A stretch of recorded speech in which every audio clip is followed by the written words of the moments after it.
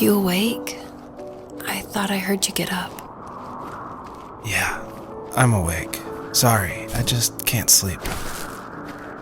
Are you thinking about him? Yeah, a bit. Usually get back to sleep, my love. I'm fine. No, it's okay. What else is on your mind? I don't know. It seems weird, but I had one of the most vivid dreams of my life. I saw a fox on a snowy mountain, just looking confused and worried. Those eyes. I can't get those eyes out of my head. She was running in the windy snow, looking for something. Do you think it has to do with you and what's been going on? I don't know. It was just a dream, Rachel. They're not meant to make sense. A lot's happened the past couple days, that's all.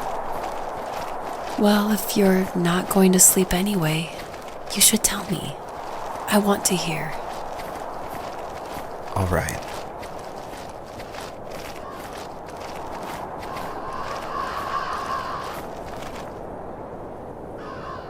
So, not far from her home, she followed that path to something unexpected.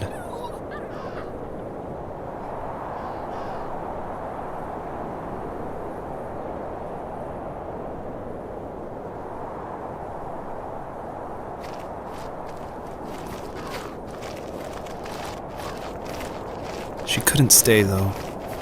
She had to find her other 2 children. So she took that path. She followed it towards something ancient. Something with answers.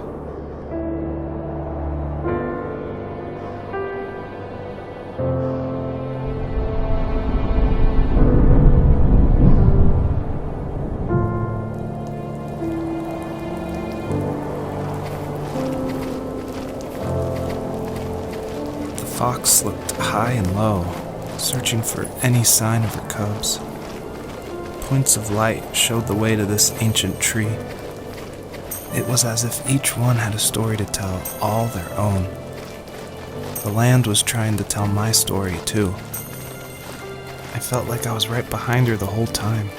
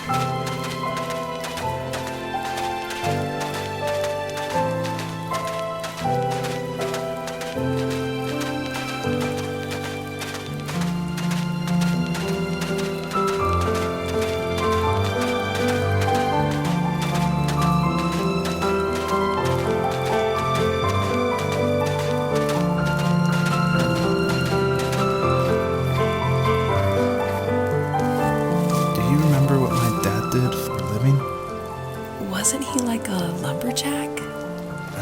That's one way of putting it. If wood was a canvas, then a carving knife was his paintbrush. Even after working a 50-hour week, even after his hands were more splinters than skin, he would bring home the nicest piece of Alaskan weeping cedar and make me toys. That wooden train was the first toy I can remember, and I loved it. I just knew from a young age I was going to be a lumberjack, like my father.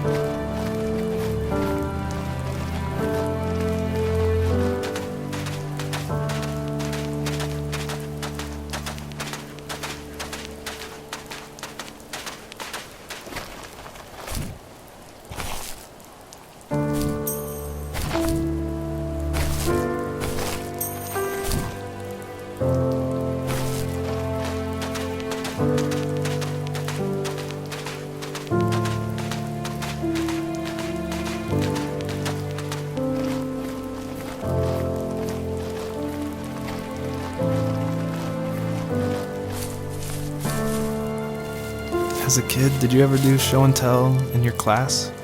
Yeah, I think I only did it once, when I was in the 4th grade. You know how my life was around then. I wanted to show my class what helped pass the time and distracted me, so I brought a dozen paper cranes I had made.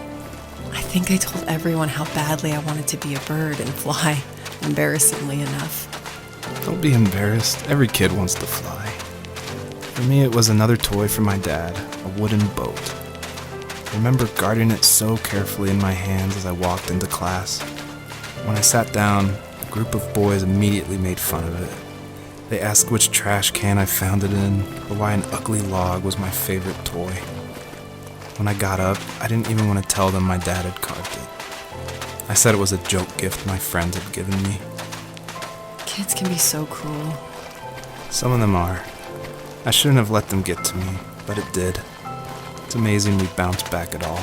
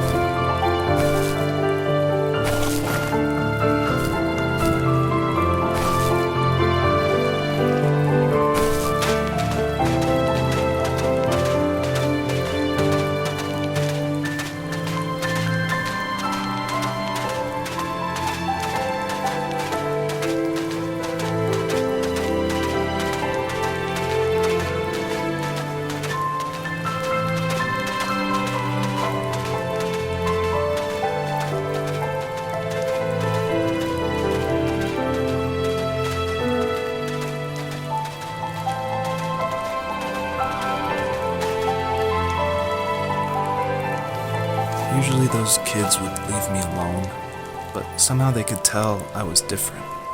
They made fun of how far away I lived. They called my dad a sourdough. I was a blabbermouth as a kid, telling my dad stories I made up for hours. But after that show and tell, I didn't tell him much anymore. He didn't know exactly what was wrong, but his best guess was that the toys he carved weren't cool enough. He carved me a tank and tried to tell me what it was like to be in a real tank as a serviceman. I didn't know your dad was in the military. Yeah, in the army. The sad thing is that I'd pretty much forgotten until just now. There's so much I still don't know about him. I'm sorry. He knows how much you love him. You're going to see him again soon and have some closure, I'm sure.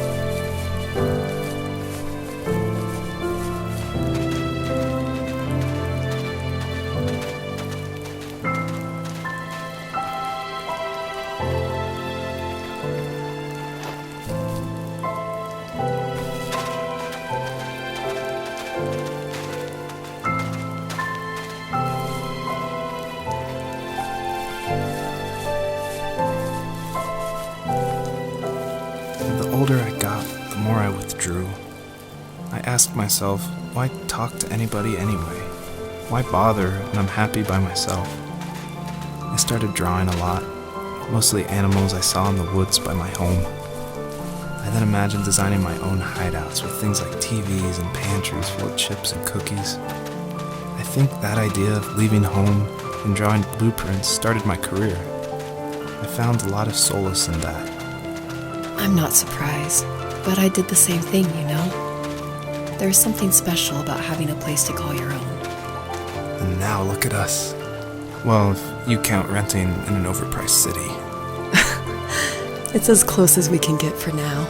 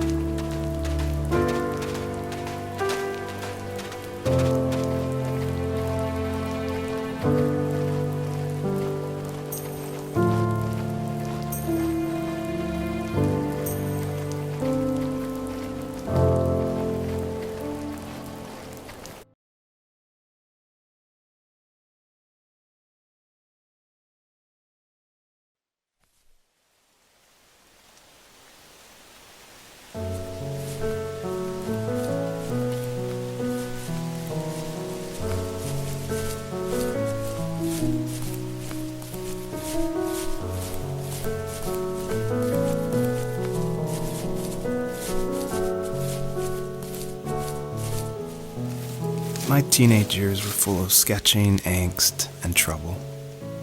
I wasn't popular or unpopular. Maybe just forgettable. I guess that gave me a sense of freedom, so I hung out with crazy kids, doing crazy things, even though I mostly just watched the chaos ensue. We did it all. Put fireworks in mailboxes, hide roadkill in people's garages, break windows of the barber shop in Anchorage. My dad was furious, but he was so busy working he couldn't do much to stop me from going out. I think being an adult means there's no one to stop you making hard decisions. He had to make a living, and he couldn't be in two places at once. Yeah, I realize that now. But at the time, I was sure he was more interested in growing his business than what was going on with me.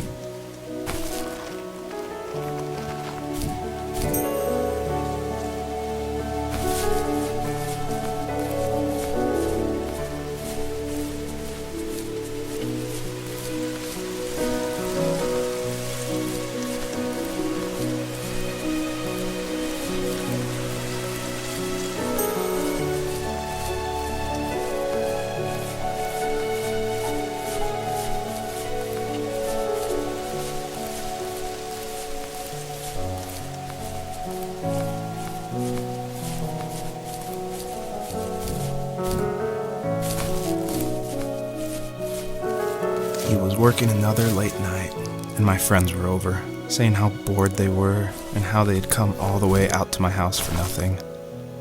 One of them mentioned how that old, ugly beyond belief truck was still in the garage, and how we should take it for a spin.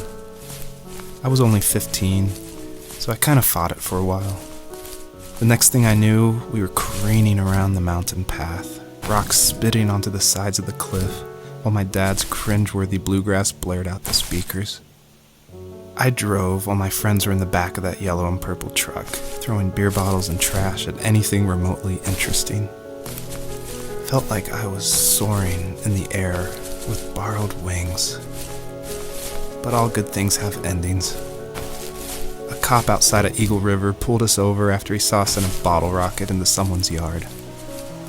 What followed was a long night of talking to disappointed adults and feeling smaller than ever.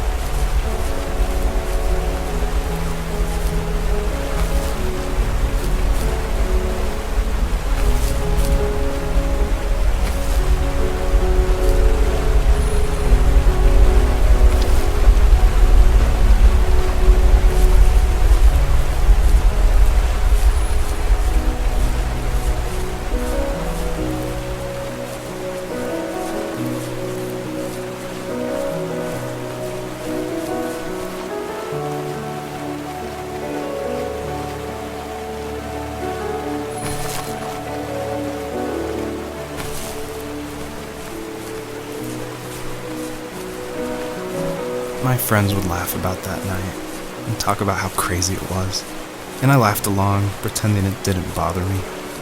But it did.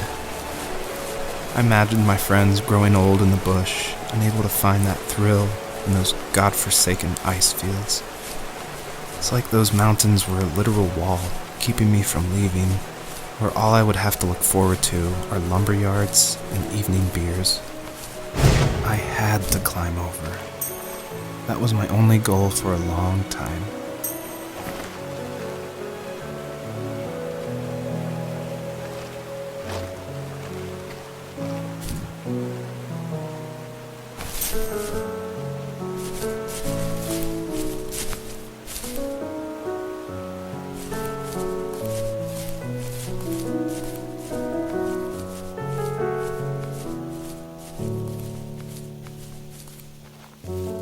If there was some way I could take my love of drawing and turn it into a way of escape, nothing would make me happier. I wanted to create instead of tearing trees down. I wanted to move to the lower 48, not because I hated it there in Alaska, but I hated the idea of it. It's like all of that spite inside me had created this monster which followed me around my whole teenage years. I put so much energy into doing what others didn't expect of me. Why did I do that? There's one fact you're forgetting, though. If you didn't have that fire in you, we probably would have never met. You're absolutely right. Maybe the destination is all that matters in the end. But then why am I awake? Why am I seeing this fox go on her journey? And why can't I stop thinking about my dad?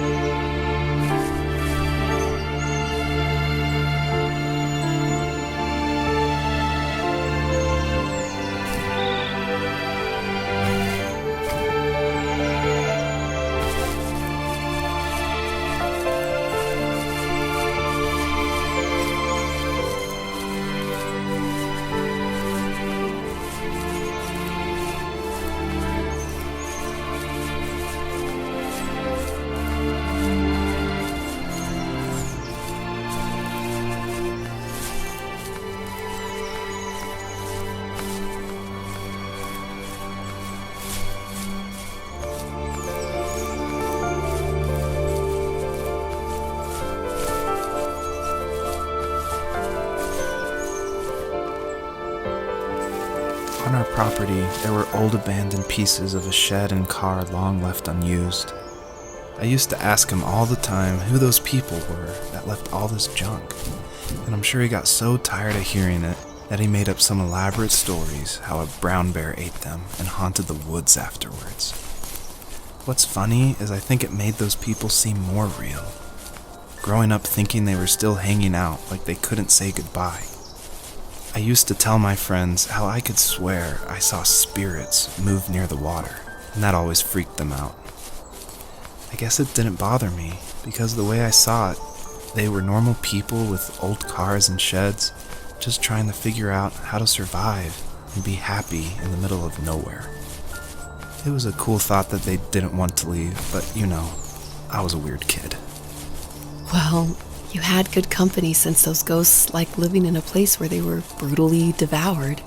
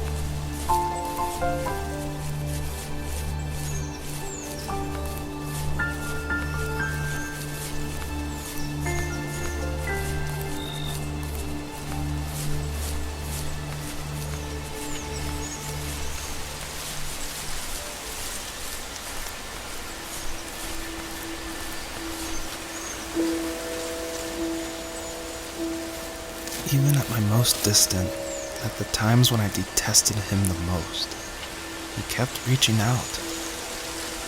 For a year straight, he asked me every week when we were going camping. I thought he was just dense. Eventually, to shut him up, I agreed. We carried out the worn lawn chairs from the garage and set up a cinder block campfire at the site we'd always used behind the house.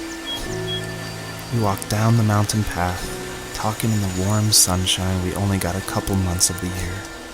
Those 3 obsidian rocks shimmered alongside the shore, almost like sparklers pressed against a dark window. I'll never forget that wet stone on my feet, or how those massive mountains looked even bigger in the lake's reflection. I felt small, but grateful. As the sun set, my dad found something I hadn't seen for a long time. The tree where I'd made my first carving when I was 6. I hadn't even carved it.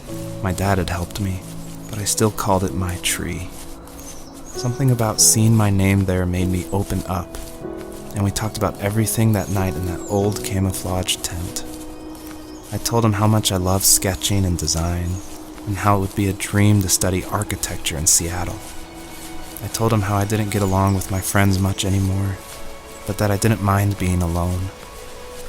He told me he was there for me, and he joked that if all he had to do was write my name on a tree to finally get me to talk, he would have left me carved logs with novels on them in front of my room every morning. I don't know why it took me that long to realize it, but it was then I knew how much he had sacrificed for me.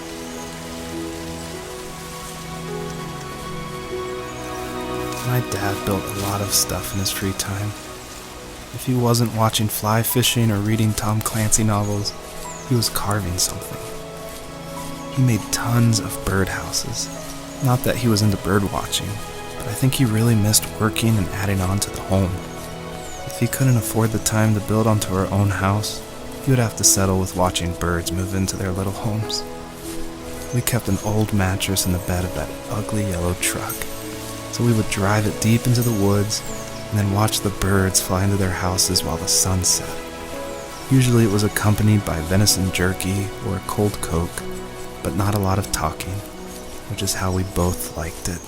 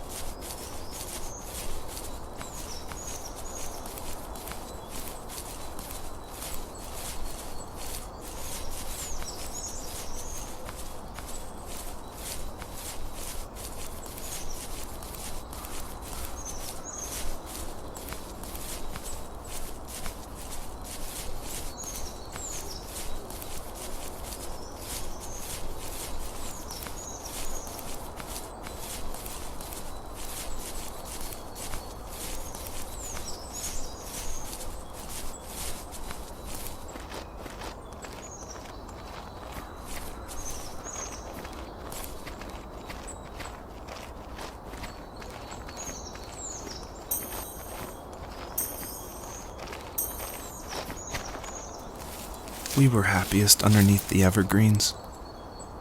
We decided it was time to finally map out the hundreds of acres we lived on just to pass the time during the summer. He was only free in the evenings, so I would spend the day wasting time on dial-up internet and sketching, and then we would rush into the woods, pen and map in hand, before evening fell. Sometimes, the aurora borealis would cast a cold green glow on the mountainside, and we would finish our route underneath a twilight sky. Sometimes I was lonely during those summer days, but there was comfort in the routine. A lot of teenagers aren't looking for the daily grind, though. There's nothing wrong with wanting to get out, to leave your childhood home. You wanted to progress, to make something of yourself. Yeah, you're right. That house. I'm sure it's the same as how I left it. But then why does it feel so different? I doubt you're the only adult to have looked back and asked that question.